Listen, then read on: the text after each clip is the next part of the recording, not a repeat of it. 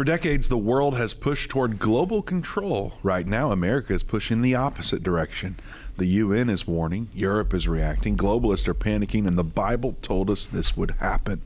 Today, we're breaking down America first versus world government and why this power shift matters prophetically, politically, and spiritually.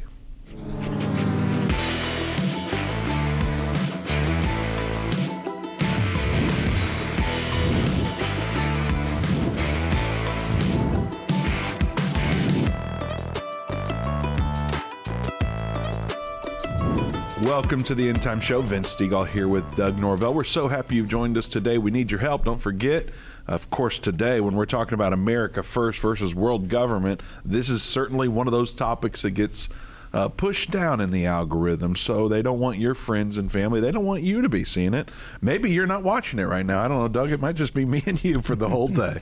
Maybe so. But for real, we do need your help. When we're talking about subjects like these, it's perhaps the most important day to share, to give us a heart or a thumbs up, and to engage in the chat. So what do you think about this idea of America first versus world government? You've been hearing a lot about that lately. We're going to get into it more. So share your thoughts in the chat. Meaningful comments go a long way. So give us a few sentences, not just one or two words. It'll help out a lot. And of course, again, don't forget, share right now. Before we get into the topic today, I do want to remind you that for several years, Endtime leased part of our building here in Plano to a different organization. As part of that arrangement, we were able to use some of their studio and broadcast equipment, and that's what helped us stay on air every single day. Well, that arrangement the agreement there. It ended recently, and with it, that equipment is now gone. So we're still broadcasting, but we are running on a temporary pieced together system that was never built to carry the full load of daily television, daily radio, daily streaming, additional production with Only Source, with the Little Things and Joy Hour and more. So this system, it's holding for now, but it is fragile. And then, of course, at the same time in Jerusalem with our Jerusalem Prophecy College, we're facing a similar challenge. Much of the tech that we have there has been pushed hard for nearly a decade, and it's reaching the end of its life. So the good news about both of these big challenges in front of us and why we're sharing it with you now is a partner has stepped up. We do need several $100,000 to make this happen. However, the partner has stepped up to match every single dollar donated up to $65,000. So whatever you give is instantly doubled. So if you give $50, it becomes $100. If you give $500, it becomes $1,000. And that match supports both the stabilization of our headquarters right here in Plano, Texas, as well as re-equipping the Jerusalem Prophecy College in Jerusalem, Israel.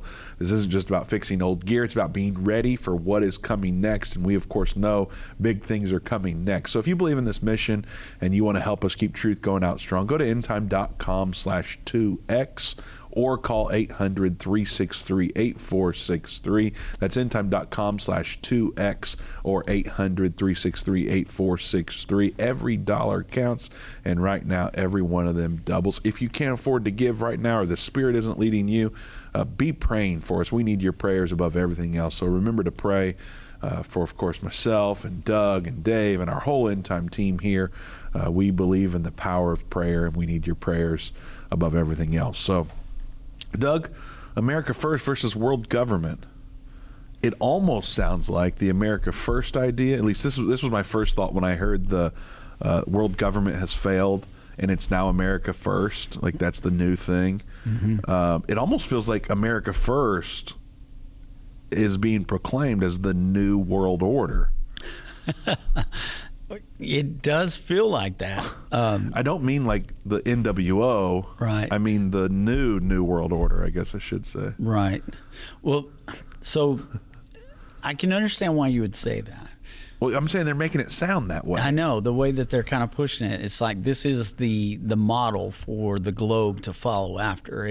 Which also leads to, obviously, Donald Trump's the Antichrist. Yeah. Like, that language pushes that idea. There's a lot of people that believe that, Vince. Right. There's a lot of people that still think that, even though we've tried to show them other things in Scripture. But regardless, we knew. So this is one of those things that makes me smile because of the fact that when the Lord tells you that, I tell you these things before they come to pass, so that when they begin to come to pass, your faith will grow. You'll have faith. You'll believe, right? Yes.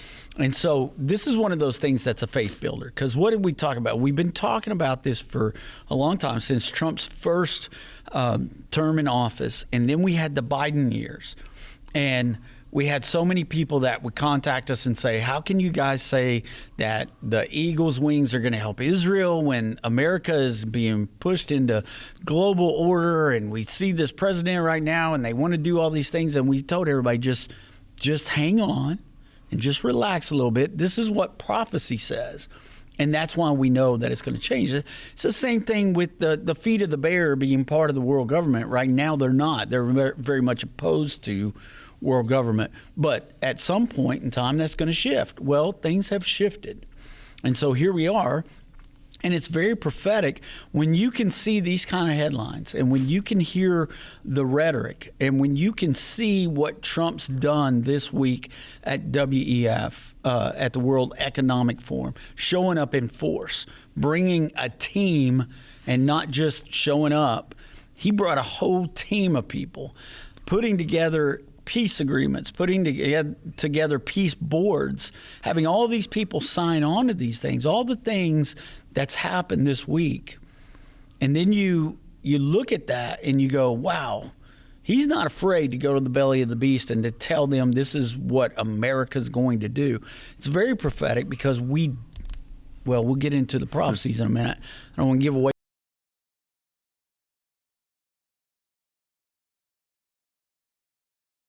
have said things who Antonio Gutierrez has said things.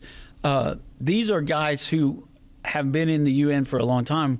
Well, we've got UN Secretary General Antonio Gutierrez who is saying some things right here that go along with what we've talked about for a very long time. Your grandfather would sit here when Kofi Annan would make speeches like this, talking about this is what we need for the UN. Well, now we've got Antonio Gutierrez, who is now the UN Secretary General, who is speaking out against the agendas of the U.S. sitting president and the things that we're doing as a nation, and even admitting some of the flaws of the world government system. The UN, in case everybody doesn't know, Vince, the UN is an acting world government right now. The nations that are involved in the UN are nations from all over the world.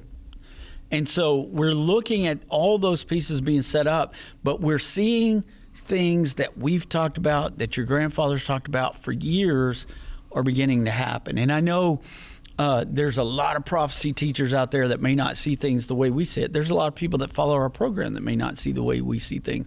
However, you've got to start taking notice of things like this. So I wanted to hit this article and hit the highlights of some of the things that Gutierrez says here, okay, because he says some very serious things, accusations toward our president and toward the United States too, and not only toward us, but the Security Council in general, things that I think are important that we discuss.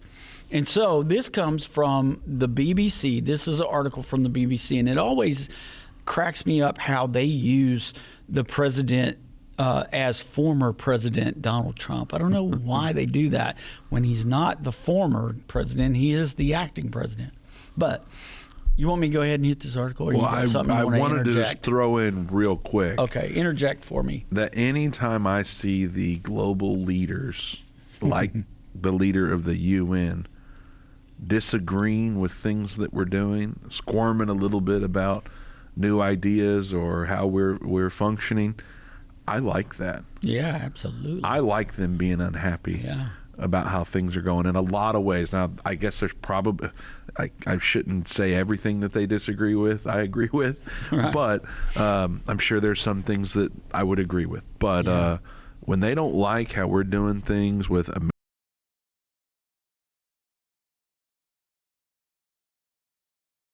like that, because I've been a part of things before where like the funding I was putting in went towards things that didn't involve me at all. Right. They were far away doing things that just I would never see the benefit of personally. Right. Except for to know that somebody's enjoying.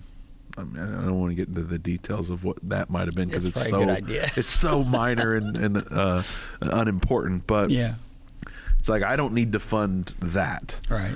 New mowers to mow that field or whatever the case may be. So I've been involved in things like that. And it's like, okay, I've got to change some things because that's not really going for what I want to go for. Right. It's kind of like you're going through the grocery store and they're like, you want to round up to feed children that are in need? And it's like, well, when I do that, it's actually going through your corporate system. And how much of that is really... So, no, I do that in other ways. I'm not doing it through the grocery store.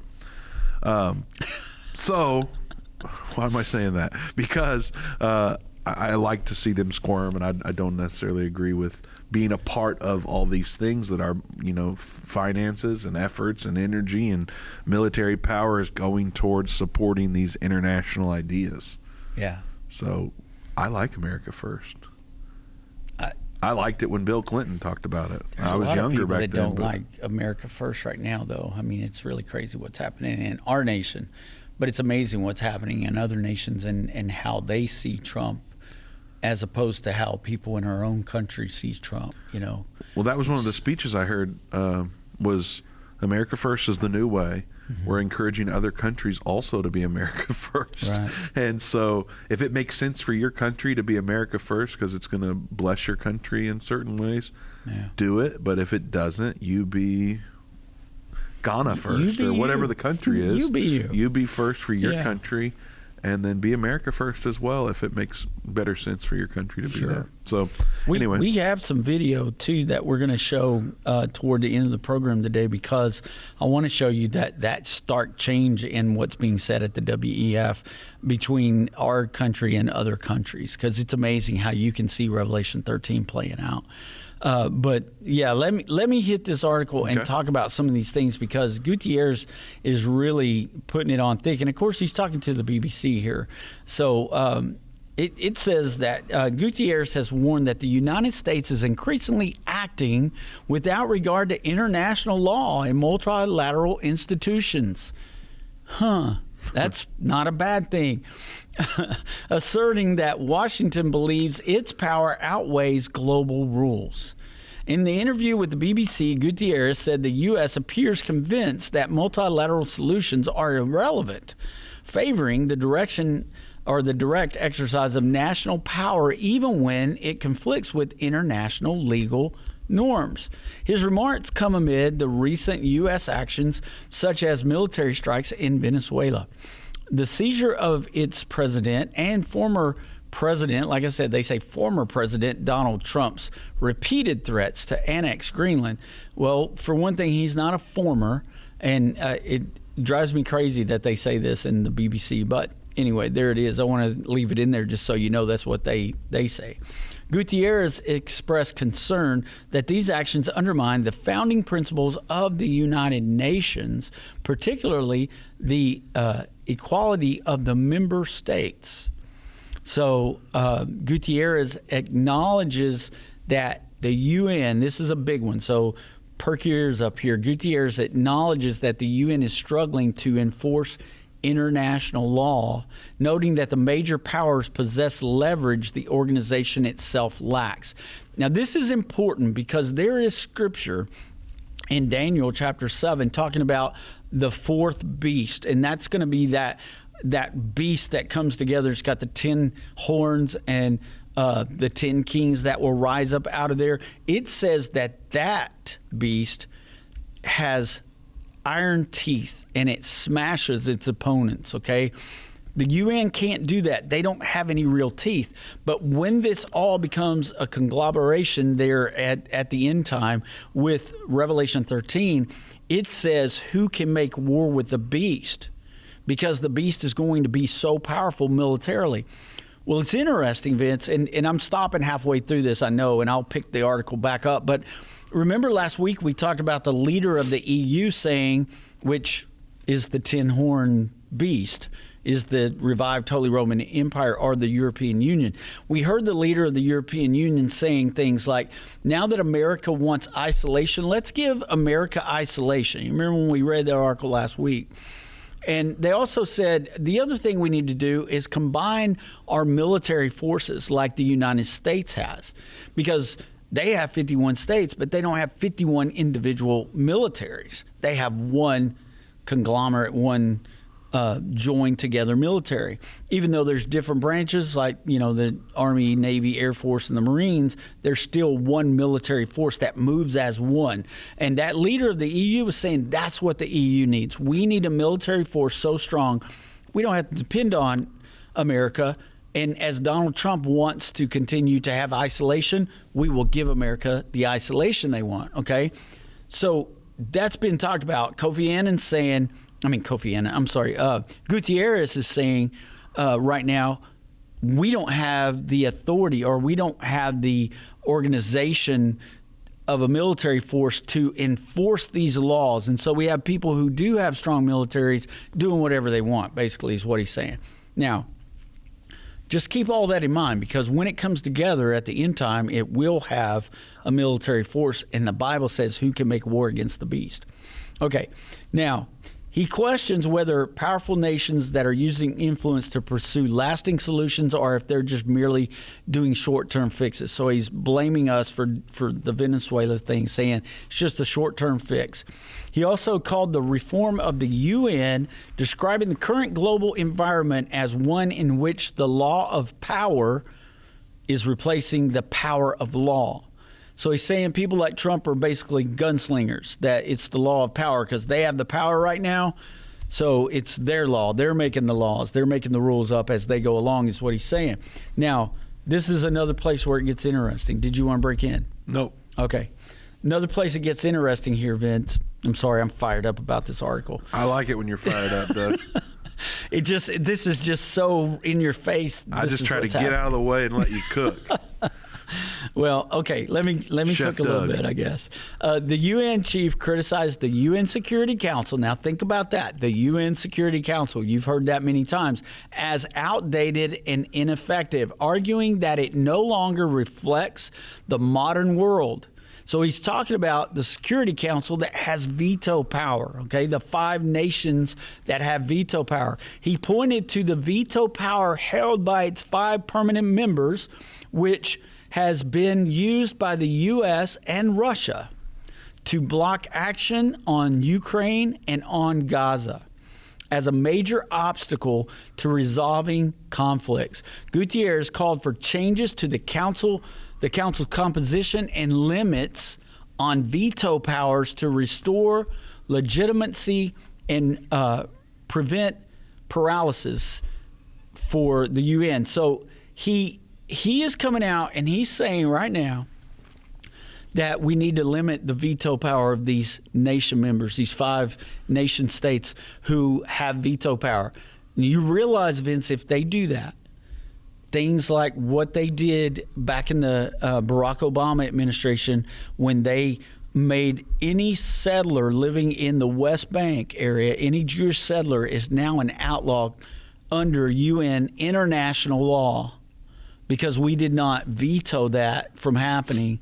Barack Obama was angry with Israel, with Netanyahu. He held back. Do I remember correctly? That was like through.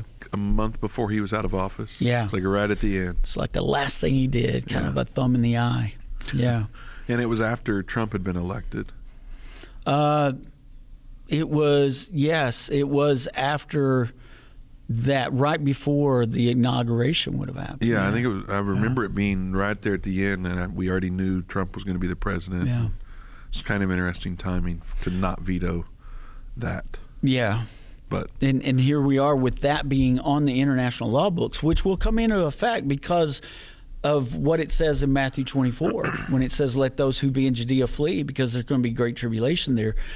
That's part of what that's going to be about. Your grandfather made a video, First Steps to Armageddon, because of that vote, because of that veto being withheld and that vote going through.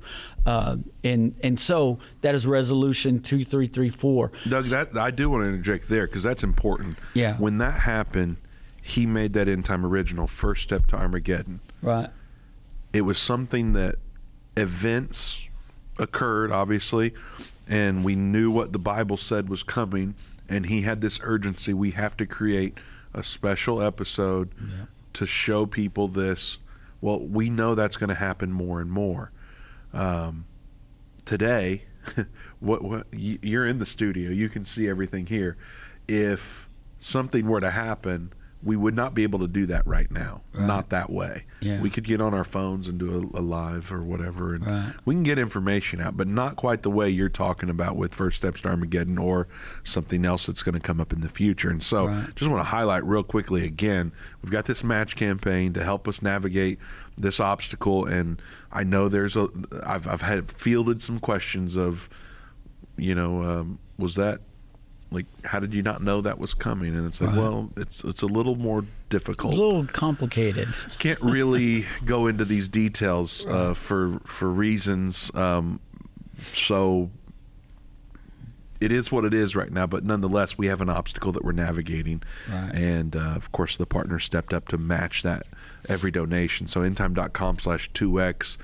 If something like First Steps to Armageddon needs to come up again, we're going to have quite a challenge to navigate that. So we need your help because we see what's coming down the pipeline and we need to get ready right now. And so your donations at endtime.com/2x are helping us prepare for what's right around the corner. You can, of course, call 800 End Time to donate and get your donations doubled again.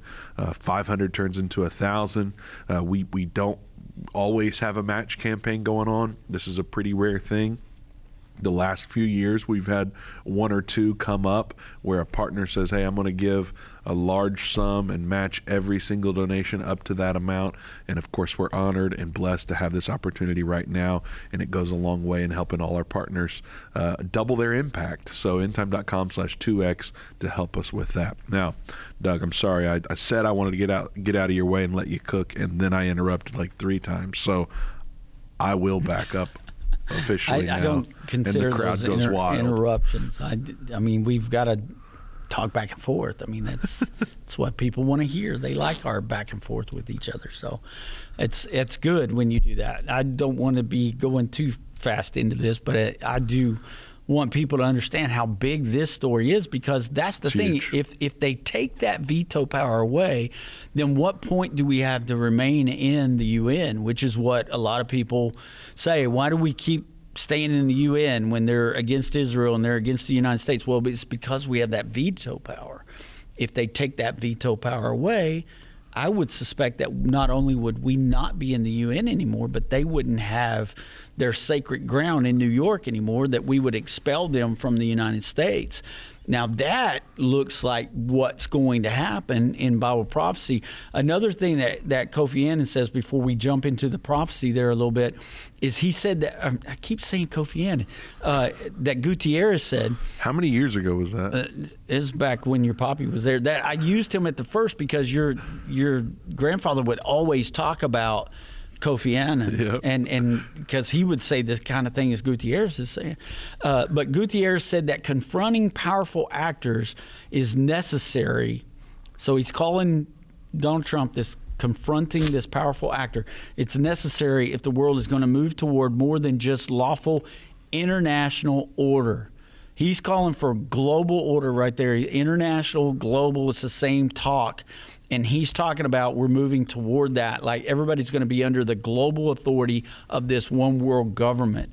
And so you need to pay attention to talk like that, folks, because then you'll begin to understand Bible prophecy if you understand the way that they're talking. So he's talking about taking away the veto power from those 5 nations that hold the vetoes there and not allowing that to be a hindrance for the UN anymore. And he believes that'll make the UN stronger.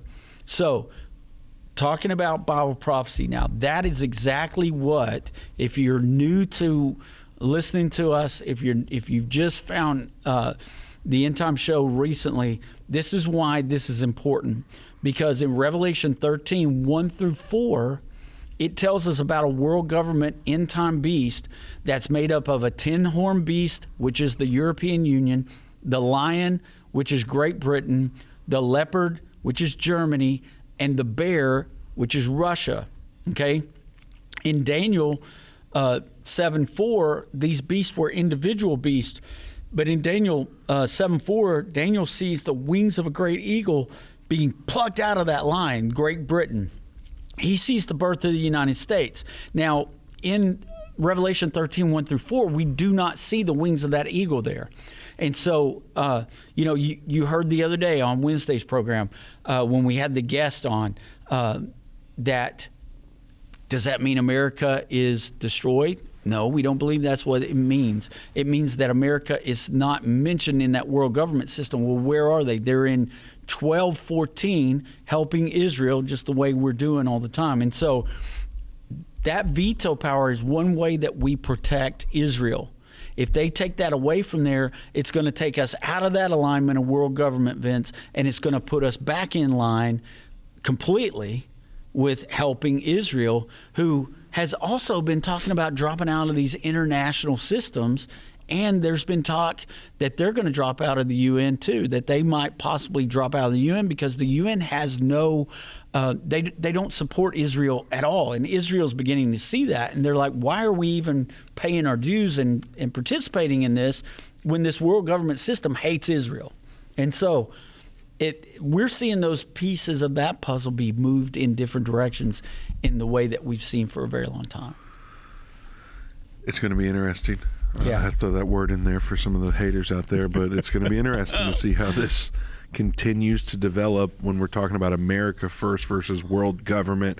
It seems like this week specifically, that has taken even more of a main stage than ever before with what's happened in Davos, what's happened with the Board of Peace, and the narrative being pushed seems to just really have shifted. Yeah. And the idea of America first versus world government has taken main stage, and that has made and will continue to make globalists very, very unhappy. Yeah. And as a result, we're going to see some action, I would say, because it's not like they're just going to go, okay, we'll go with it. Right. We're going to see some action, and we're going to start seeing some things develop that we've been talking about, but also probably make some things more clear that we haven't been able to clearly understand. So yeah, I'm excited to see how it goes, and I don't know, I'm eager. You can tell I'm excited. Yes, and I can't wait to get into some of these clips on the other side of the break and get Doug even more riled up, so don't go anywhere. We'll be right back.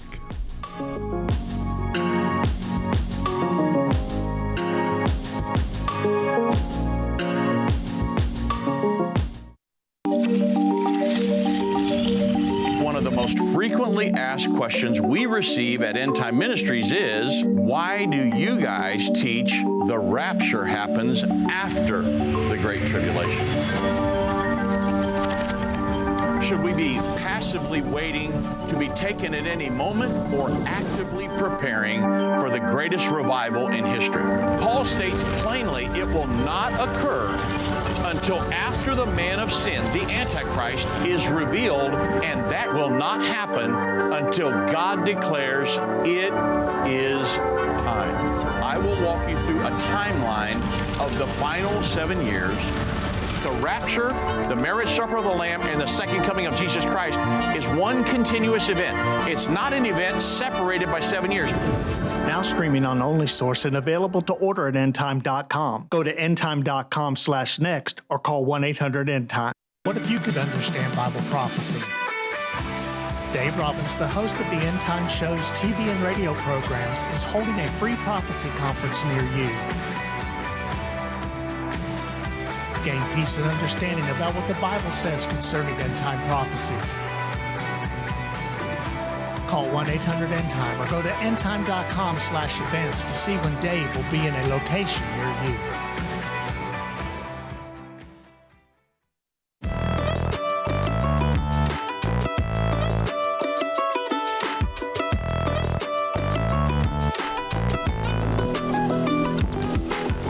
Welcome back to the Endtime Show. Vince Stegall here with Doug Norvell. We're so happy you've joined us. We're talking today about America first versus world government. Of course, the declaration has been made that globalism just died, and we're going to get into more of that here momentarily. I do want to quickly remind you that we have a tour going on in a few months to Israel. We take 2 tours to Israel every single year, and we have such a wonderful time where Dave and Jana will guide the tour throughout Jerusalem and Galilee and the Dead Sea and so much more there in Israel. It is an incredible time, a trip of a lifetime that you need to go on. You can learn more about our upcoming trip by going to endtime.com/tour, or you can call 800-363-8463. Ask for information on the tour. We'll be happy to send you some additional information and connect you with the right people so that you can make plans to join us in Israel.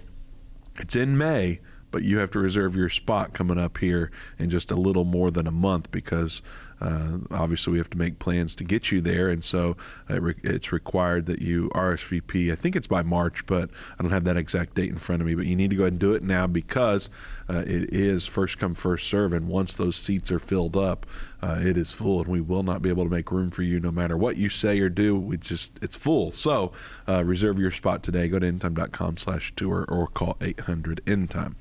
All right, Doug, we left off talking about what those beasts mean. Of course, we cover that frequently, so I don't know where we want to go from here. Yes. The next thing I want to discuss, which goes along with what we're talking about, is so everybody knows what most of everybody I know, at least I think most of everybody knows, that the beast in Daniel 7, what I just explained about it being, Great Britain, Russia, the leopards, the Germany.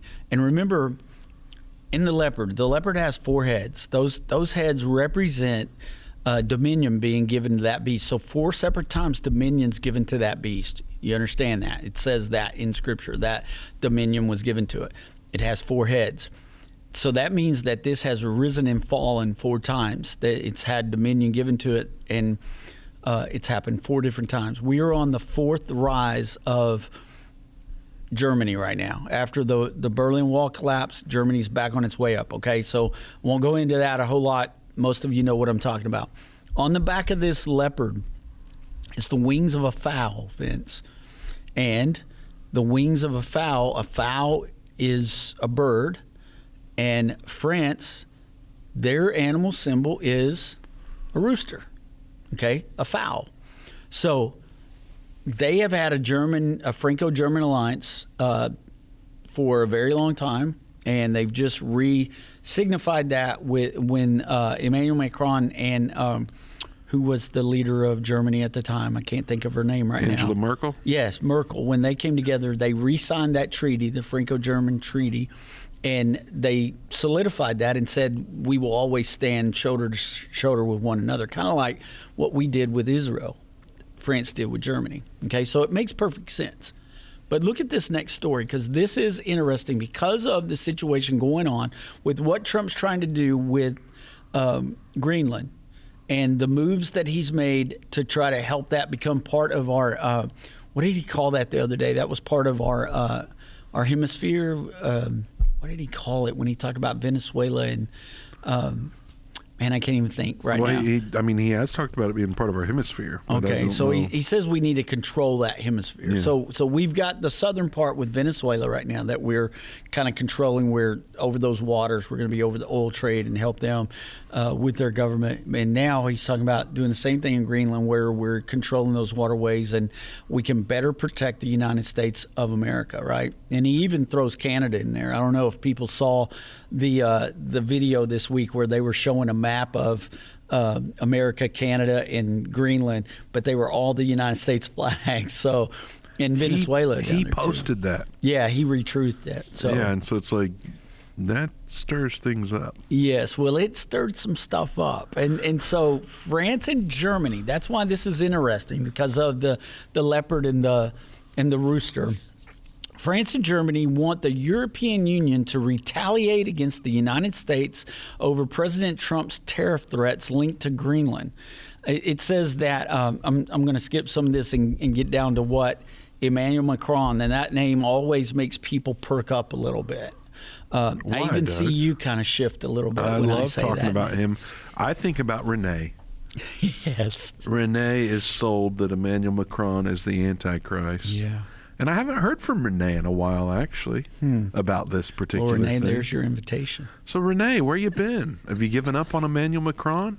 I don't know, but I think about Renee. I think about a lot of people because, of course, Emmanuel, God with us, and obviously Macron means a mark that elongates.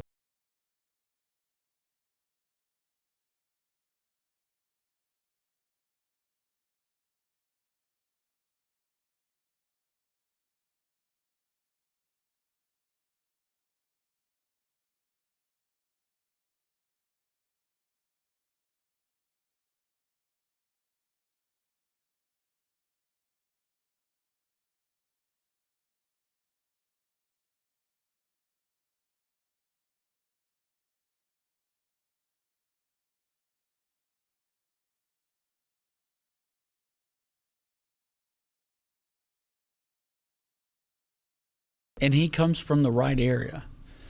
So far, just in what we've talked about here with this particular article, we've got the leopard and the fowl, right? Now listen to this. French President Emmanuel Macron is urging the EU. So now we've got the Tin Horn Union, right? They're not there yet. Don't get me wrong. They haven't established the 10 Kings, but the EU is the revived Holy Roman Empire. We talked about that the other day. And so the EU, they want them to use their anti-coercion instrument, sometimes called the EU's trade bazooka. Okay, it's sanctions. This tool would allow the EU to restrict U.S. imports and investments. It was originally designed to counter China, but it's never been used. But now the EU is reportedly considering tariffs of up to $93 billion worth of American goods if Trump follows through. Well, Trump has made announcements that that's going to happen, that's getting ready to happen. The deal's on the table, and they're talking about it. They accuse Trump of economic blackmail because of the tariffs that he's put. And so it's very interesting to see this. But this dispute highlights deeper tensions over Greenland's future. While Denmark claims sovereignty, Greenland has legal rights to seek independence and could potentially align with China or Russia. So Trump's trying to get in there to get U.S. security interest done and become a done deal. Denmark says that we can't do it, that there's no way we can do it, and they would try to defend Greenland if we try to do something militarily, which nobody believes Trump's planning on doing that. It looks more like it's going to be a financial situation than anything. We'll get more details of that as we go, I'm sure. But he did make remarks the other day that it looks like that deal is getting done. So just to recap on the prophecy of why this is important and why we would even talk about it. One reason why, Vince, is because this is very similar to how the mark of the beast will be set up, right? It'll be individual tariffs, basically, because they'll be able to sanction you and me if we don't line up with the global system and the mark of the beast. It says you won't be able to buy, sell, or trade. And so it's very interesting that they're talking about doing this and coming together. You've got the leopard, the fowl, and the EU coming together and saying, so all that we've talked about so far, the UN, a one world global government, the EU, another global government that's going to come together with the UN, and then the body is the body of the leopard for this one world government. And it has the wings of a fowl on its back. And so all that's very interesting, and it's all found in Daniel chapter 7 and Revelation 13. It gives us all that information, and I know that the stage is now being set for things. I'm not saying that this is. I'm just saying it's interesting that the major players that we talk about and the way we talk about them, this should help people that are kind of on the fence about, are they right about the beast in Daniel 7? Are they right about the beast in Revelation 13?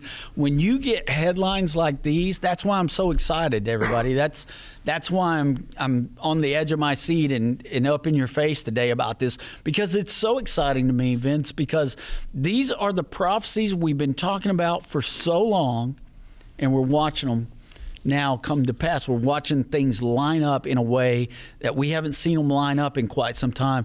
And I wish your grandfather was here with us because he would be very excited himself. It'd be a lot of fun. Yeah. Now, those that don't believe yet, we've got some more to give you today. There's some that probably still won't be on board, and even that's okay. Yeah. Give it a little bit more time. Yeah. At some point soon, you will be. With 20 minutes left on the clock, Doug, less than 20. Yeah. I know we have to get some of these clips in to show some people some things. So, absolutely. Where do we go from here to get all the information out? First of all, this is the part where you're probably going to want to tell everybody to make sure they share this, because yes. this is important, and I want everybody to understand this. And so right now, it's time to share, and then give them a second, share this, because we're about to go to a couple of videos here, and it's fascinating at what's being said this week at the WEF. I'll add, the other day I said 200 shares and I would sing, and it didn't happen. Yeah, I remember that. And I don't know if that's because people are slacking or what. They're too scared, I think, Doug. That's part of it, is fear. They may be scared, but they've never heard you sing, obviously, because Vince is a good singer. Maybe that's why they're scared. He sang at people's weddings. He can sing very well. Well, that's been a while, but I think people are a little fearful. And you talked earlier about the personalized sanctions. Yeah. I think people are a little fearful to share certain information. There's some people who are wild and they'll share anything on social media. That's true. But then others are like, these Nicodemus followers, where it's like, I'm going to be behind the scenes, but my buddies can't know about Nicodemus it. followers, I like that. Well, I mean, that's what it is. And so it's like, if I share, I mean, this says America first versus world government. Yeah. My friends or the people I work with or my friends or whatever, they're going to think I'm one of those crazy MAGA people. Yeah. Or they may already know, but I'm not in their face, and this would kind of be in their face. And so they're a little timid about it. Yeah. So I realize there's some of that out there. Yeah, some end-timers, they don't want to be so forward about it. Yeah. But we need your help. Share this video. We didn't hit 200 the other day. That's okay.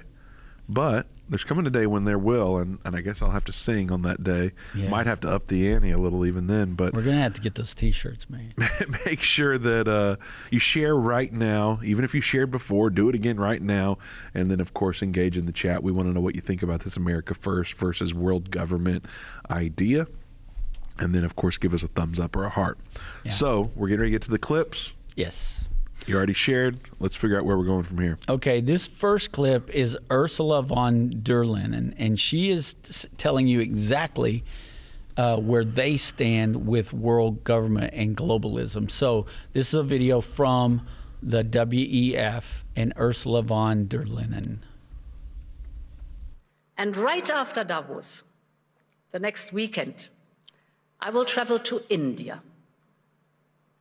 There's still work to do, but we are on the cusp of a historic trade agreement. Indeed, some call it the mother of all deals. One that would create a market of 2 billion people, accounting for almost a quarter of global GDP. And crucially, that would provide a first-mover advantage for Europe with one of the world's fastest-growing and most dynamic continents. Europe wants to do business with the growth centers of today and the economic powerhouses of this century, from Latin America to the Indo-Pacific and far beyond. Europe will always choose the world, and the world is ready to choose Europe. And she's 100% correct, according to Bible prophecy. Europe will always choose the world. There'll always be a global entity there, and we see that in the beast of Revelation chapter 13. They're very much a part of that beast. And remember, the mouth of the beast is going to be the lion, which is not surprising either, since the UN for a very long time has gone to English only. I believe that they only print things in English, and if you cannot speak English, you have to have a translator and wear the earphones so that things are being translated to you in your language, because they only speak English from the mic there when they're addressing the crowd. So yes, she is very much part of it. Europe is going to be very much part of it. Now, in contrast to that, Vince, this is where it gets fun. We have a video clip here from Fox News where Trump zoomed in at one point there to the WEF, and it is fascinating to hear what Trump says versus what Ursula just got zoomed in? Yeah. What do you mean by that? I mean, he did a Zoom call into the WEF. I thought you meant like he zoomed. Well, I mean, he may have done that too, knowing Trump, but he did a Zoom call into the WEF. So this was from a clip from Fox News, and we'll show that now and let you see what Trump said. I'm pleased to report that America is also a free nation once again. On day one, I signed an executive order to stop all government censorship. No longer will our government label the speech of our own citizens as misinformation or disinformation, which are the favorite words of censors and those who wish to stop the free exchange of ideas and, frankly, progress. It was so refreshing to watch from beginning to end. It was Trump's message stood really in stark contrast to the Davos dimwits on almost every issue.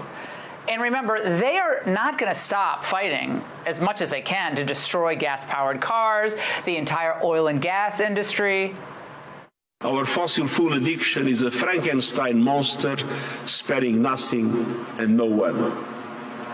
All around us, we see clear signs that the monster has become master. Ooh, lofty rhetoric. But the real monster scenario is found in the world where they have all the power and individuals in free nations are forced to submit. Well, Trump's going to have none of that.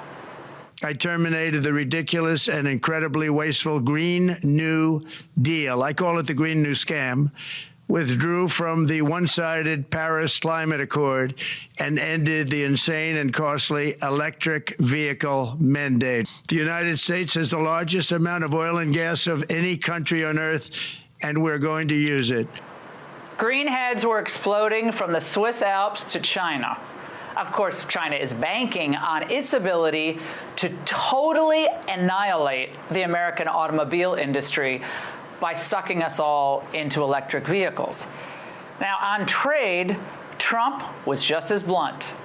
The EU treats us very, very unfairly, very badly. They don't take our, essentially don't take our farm products, and they don't take our cars, yet they send cars to us by the millions.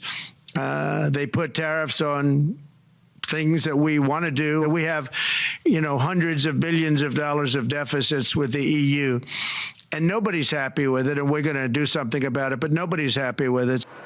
The agenda is now and always will be America first. So, very, very differing opinions and views about the WEF and about world government in particular by our president, who appears to be pulling us out of world government, which is exactly what we see in Bible prophecy. So, my favorite opinion, I think, there was Davos dimwits. I like that a lot. Yeah, well, remember that came from what's her name, Laura. Joe from New York. That sounds like something Joe. When she said that, I thought of Joe. It's funny that you say that because I could hear Joe saying that. These Davos dimwits with Klaus Schwab. I could hear him saying all that. But yeah, so it's stark contrast there between the two of those speeches that were made. And of course, one of the things I love that Trump said, he mentioned disinformation and misinformation being a weapon that they've used against people who have a voice.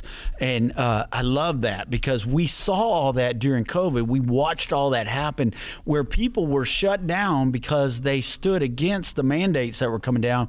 If you had an opinion that didn't go with the agenda that was being spoken of by the mainstream media or anybody else, then you were shut down. I mean, we saw doctors lose their businesses. I mean, a doctor we've had on here before, Dr. McCullough, he is still reaping repercussions because of that. I guess, he's told us before that it just keeps following him. Like he keeps getting shut down in different places and different avenues. And so it's still kind of happening. And Trump says we're going to stop. That's not going to happen in the U.S. anymore. I love that. And I love the situation with the gas cars because, me, I'm about, hot rods and power and Harley Davidsons and, all that kind of stuff. I'm for gas vehicles. Electric cars, if you drive one, hey, cheers to you. But I've driven them before when I was visiting in California. Don't care for them. Give me a good old gas-powered vehicle. I'm ready to burn some rubber, so. Oh, man. You're just stacking it on. You're burning rubber now, too. I know, but, man, I like gas-powered vehicles. So, anyway, very interesting. And what you alluded to earlier, and I don't know, we can go wherever you want to go from this point, but you alluded to another video that I want to show because it's basically telling them that this is the end of your reign as globalists. Share right now. You got to get the message out. Share right now before we go to this clip. Yeah. And so this is Howard William Ludnick. He is a American businessman and a government official who served as the 41st United States Secretary of Commerce, and he's addressing them in Davos. So listen to what he has to say. Okay. We are in Davos at the World Economic Forum. And the Trump administration and myself, we are here to make a very clear point. Globalization has failed the West and the United States of America. It's a failed policy. It is what the WEF has stood for, which is export, offshore, far shore, find the cheapest labor in the world, and the world is a better place for it. The fact is, it has left America behind. It has left the American workers behind. And what we are here to say is that America First is a different model, one that we encourage other countries to consider, which is that our workers come first. We can have policies that impact our workers. Sovereignty is your borders. You're entitled to have borders. You shouldn't offshore your medicine. You shouldn't offshore your semiconductors. You shouldn't offshore your entire industrial base and have it be hollowed out beneath you. You should not be dependent for that which is fundamental to your sovereignty on any other nation. And if you're going to be dependent on someone, it darn well better be your best allies. Okay? And so that is a different way of thinking. It is completely different than the WEF. I viewed the WEF as not a flagpole in the middle, but in fact, they are the flag. Whichever way the wind blew, so it blew. You should have solar, you should have wind. Why are you going to do solar and wind? Why would Europe agree to be net zero in 2030 when they don't make a battery? They don't make a battery. So if they go 2030, they are deciding to be subservient to China, who makes the batteries. Man, I don't know who that was sitting on the end, but just seeing that clip with his head down, going, oh, man, what's going on?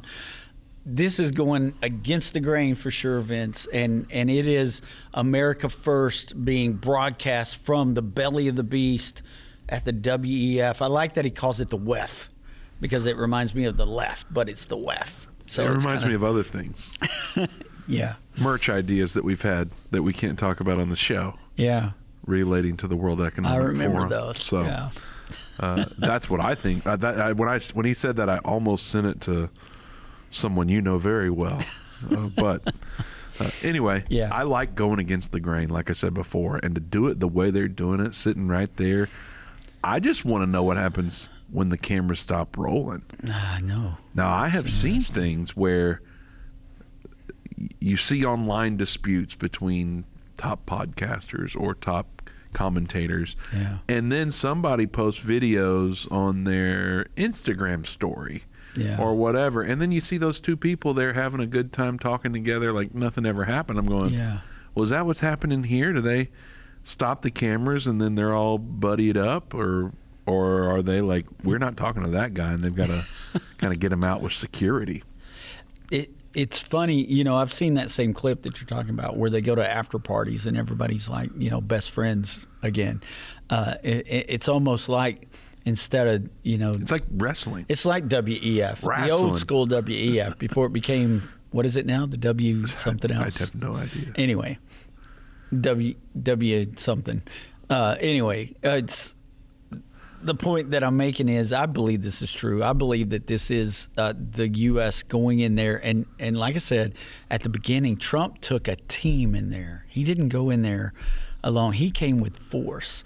They signed the members of the peace board on the stage of Davos, of the WEF. It's like in their face, this is who America is, and we're going to be strong.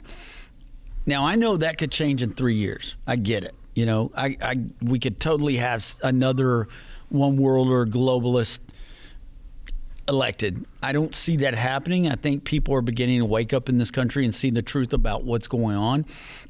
I hope, I pray. I know that our country is very divided right now too, and so you see that. But I also know that a lot of what's going on in the world is paid demonstration by people who are part of the WEF. You know, they're members of the elites, and it's the elites trying to tell us what to do. But he made such a good point when he said, why would countries that don't make batteries submit to wind power and things like that, and then have to be under China to get the batteries, because they don't even make the batteries that would be powered by the wind. And he's like, it makes no sense. And like Donald Trump said in his clip, we've got an abundance of oil, and we're going to keep making gas-powered vehicles. So, oh yeah. I'm loving that part. America. Yeah, America. America. All right, Doug. Well, we are very short on time, so Yes. I don't know how to wrap a show up like this. I was going to ask who your favorite wrestler is, but that's probably inappropriate. We can talk about that after the cameras we can't stop. talk about that. We're buddies off when the cameras stop rolling. We're still friends. But how do we wrap up a show when we talk about America first versus world government and how we're going against the grain? And there's a lot of like American pride type stuff there, but also that means it's us against the world. Yeah. So what do we do? How do we wrap up the show? So my main thing is not so much of American pride as it is watching these prophecies come to pass and seeing the things that Jesus told us about, over 2,000 years ago, that these things were going to happen, and now we're seeing them come to pass. That's what I'm getting excited about. That's the kind of leader we have right now.